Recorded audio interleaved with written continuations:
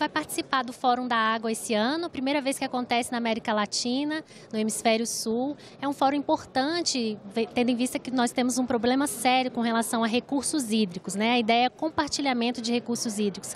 Queria que a senhora falasse um pouquinho sobre essa questão. Então, veja, é um evento mundialmente importante que já acontece há algum tempo, no geral organizado por grandes empresas privadas, mas com apoio forte do setor mais público, né, dos setores governamentais, do próprio Banco Mundial.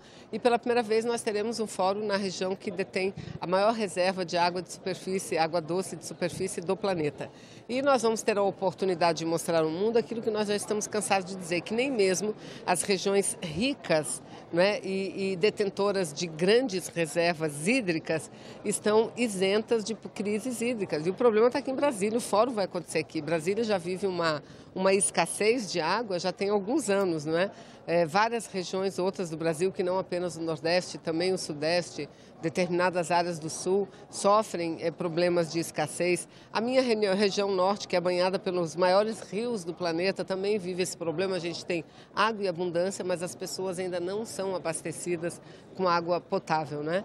E viveremos esse fórum num momento muito especial da economia mundial, não é?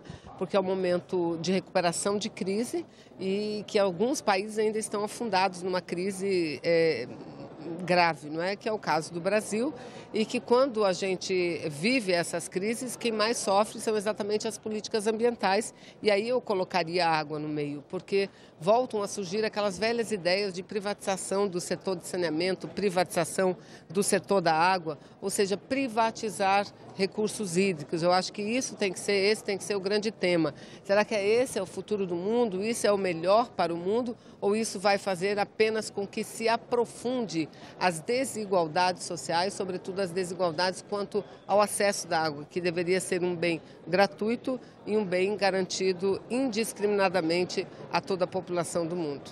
Falando em crise, o Senado e a Câmara vão debater aí uma questão que, segundo o governo, seria para reduzir a questão dos cofres públicos que estão deficitários, reforma da Previdência. Como é que a senhora enxerga essa votação aqui no Congresso esse ano? Acha que ela passa? É viável? Acho que não passa. Esse não é só um palpite, não. Eu tenho acompanhado, sobretudo durante o recesso, muito o esforço do governo, e olha que o governo tem gasto muito dinheiro. Para um governo que diz que falta dinheiro para tudo, ele tem disponibilizado uma quantidade inexplicável de recursos para acelerar a campanha em favor da reforma da Previdência. Agora, não adianta, quanto mais dinheiro eles gastam, quanto mais propaganda eles fazem, quanto mais o presidente da República vai nesses programas populares, inclusive dando R$50 para cá, R$50 para lá, pior fica a sua situação, porque a população brasileira já entendeu. Por mais que eles digam que não, a população entendeu o que é a reforma previdenciária e quem essa reforma atingirá. Eles dizem que é para acabar com o privilégio. Como acabar com o privilégio se o que eles estão querendo é acabar a diferença que as mulheres mantêm na aposentadoria? Será que isso é um privilégio? A trabalhadora doméstica, a trabalhadora rural, a operária, a mulher ter direito a se aposentar há 5 anos, isso é um privilégio? É isso que eles querem acabar. Eles querem aumentar o tempo de contribuição para todos, para aquele que ganha um salário mínimo. Isso vai acabar com o privilégio?